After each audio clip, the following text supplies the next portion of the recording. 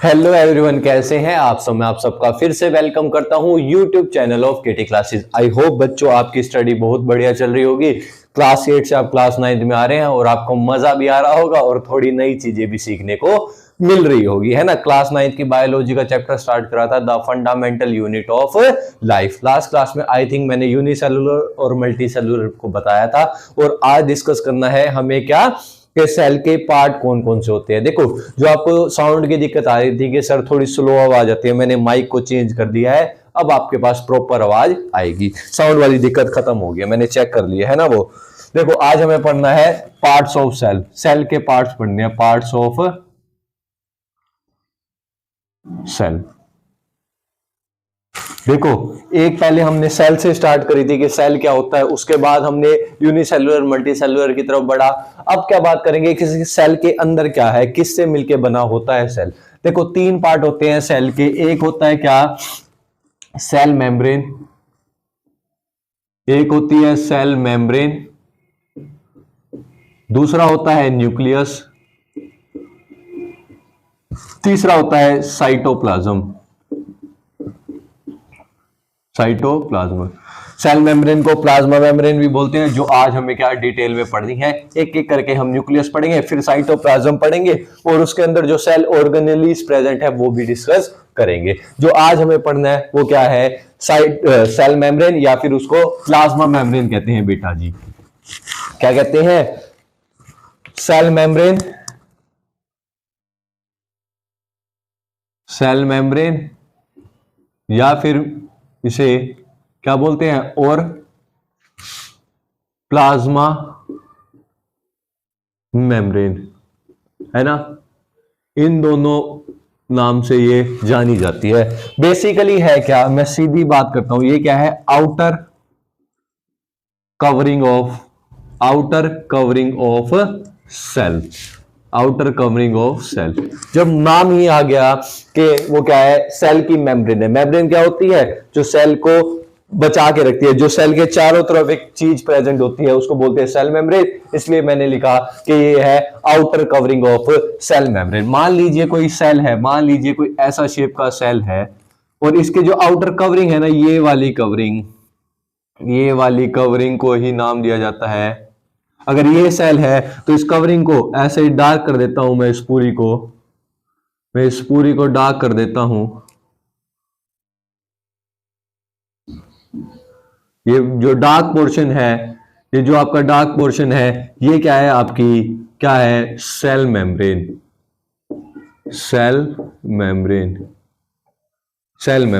और इसको नाम दिया जाता है क्या, प्लाज्मा मेम्ब्रेन, क्योंकि ये अराउंड होती है प्लाज्मा। बताऊंगा सारी चीजें। इसको नाम दिया जाता है और प्लाज्मा मेम्ब्रेन, ठीक है। सारे पॉइंट लिखा रहा हूं कि क्या होते हैं। It is a thin wall, elastic, खींची जा सकती है, और फ्लेक्सिबल मेम्ब्रेन।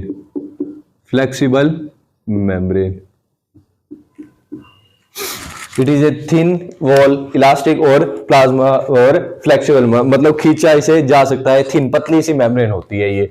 और पॉइंट, तीसरा पॉइंट जो मुझे लिखवाना है, आपको भी पढ़ना है, ये क्या है, it is made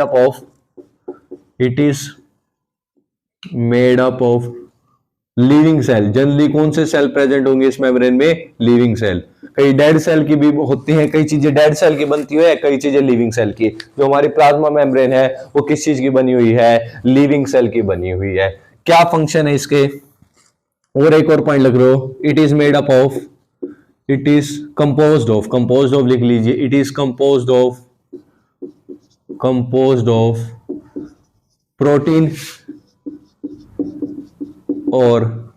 and lipids. क्या होते हैं, देखो, प्रोटीन होते हैं जो अमाइनो एसिड के बने होते हैं, और लिपिड्स क्या है, फैट मॉलिक्यूल। इन दोनों से मिलकर बनी होती है क्या, प्लाज्मा मेम्ब्रेन। कोई पूछ रहा है कि प्लाज्मा मेम्ब्रेन किस चीज, सेल तो लिविंग है लेकिन उसमें क्या होंगे, जो चीज होगा, मटेरियल होगा, बिल्डिंग ब्लॉक, वो कौन है, प्रोटीन और लिपिड्स। फंक्शन की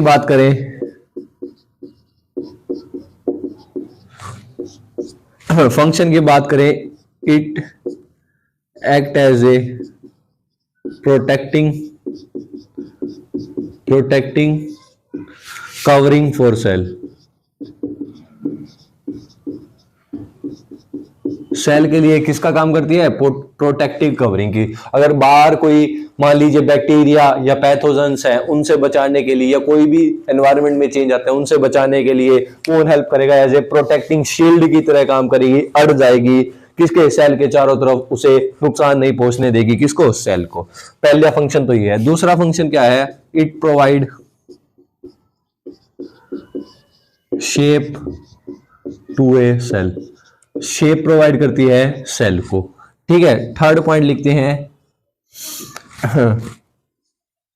थर्ड पॉइंट क्या लिख दोगे? It is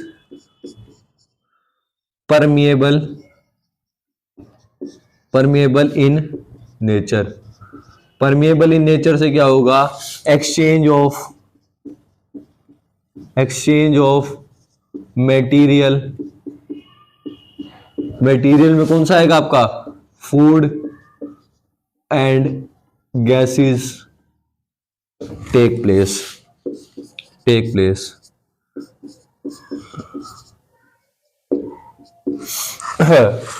it is permeable in nature. Permeable in nature मतलब, परमेबल का मतलब होता है वो अपने अंदर से चीजों को पास होने देगी, कुछ स्पेसिफिक चीजों को ही पास होने देगी, और जिसकी वजह से एक्सचेंज ऑफ मटेरियल जैसे फूड या फिर गैसेस का एक्सचेंज इसके थ्रू हो पाएगा एनवायरनमेंट से। मतलब एनवायरनमेंट से अगर गैस को एक्सचेंज करना है तो इसी के थ्रू हो पाएगा। ये समझाऊंगा मैं गैस के एक्सचेंज, डिफ्यूजन की प्रोसेस होती है, पढ़ेंगे हम उसको। फोर्थ पॉइंट लिख सकते हो,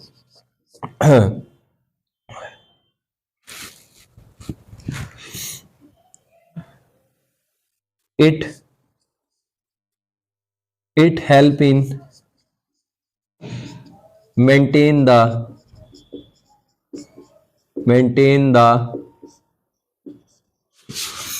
constancy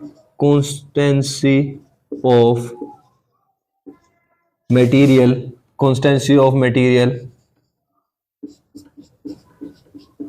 present in cell।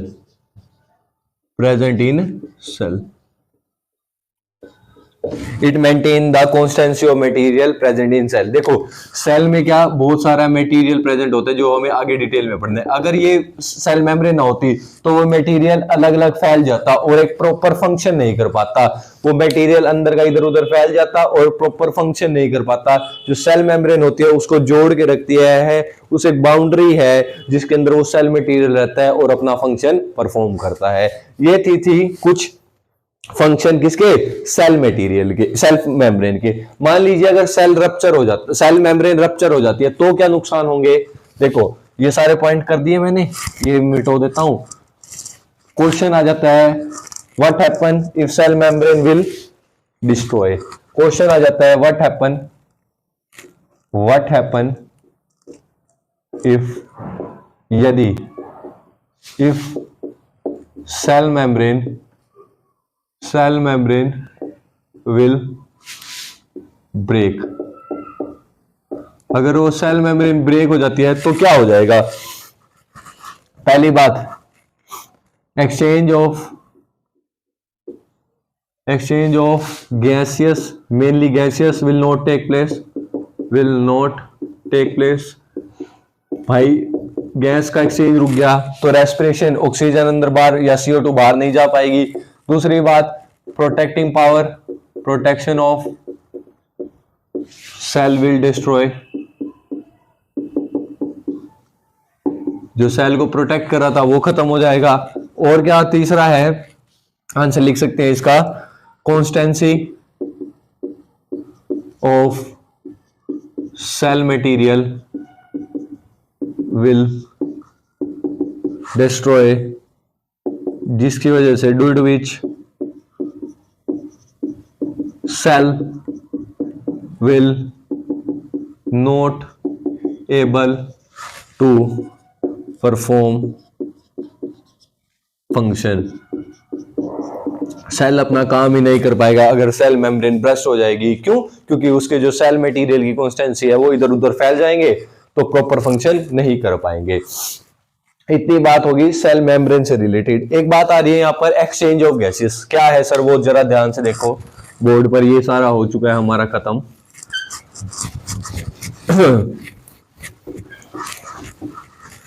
Exchange of gases कैसे होता है? देखो, exchange of gases, exchange of gases, देखो एक्सचेंज ऑफ गैसेस जो होता है वो होता है डिफ्यूजन प्रोसेस के थ्रू, डिफ्यूजन के थ्रू। अब ये डिफ्यूजन क्या है सर? ये है, it is define as, it is define as movement of particle, यहां पे गैस की बात हो रही है तो गैस भी लिख सकते हो, पार्टिकल और gas from higher concentration, concentration पूरा लिख लेना, concentration to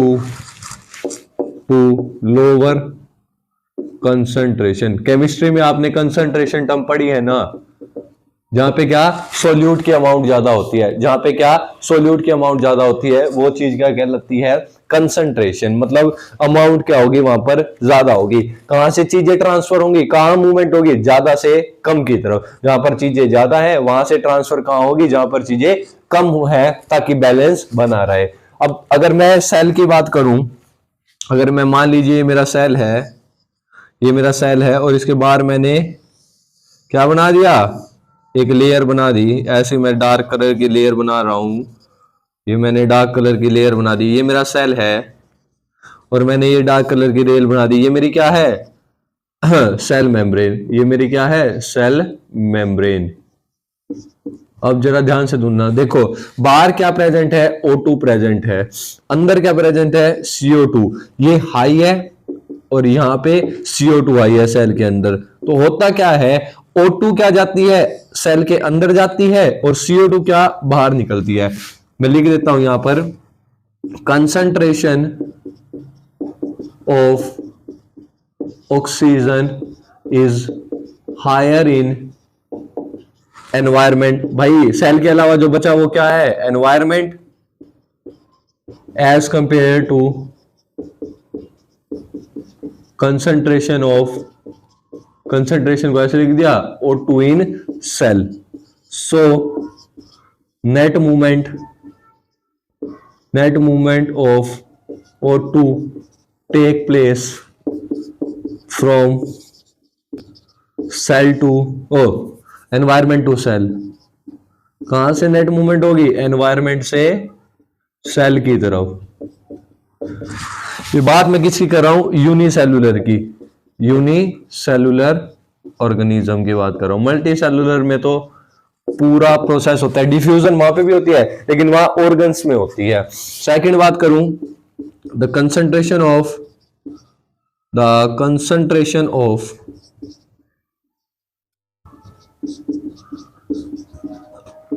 CO2 is higher in cell as compared to environment, so net movement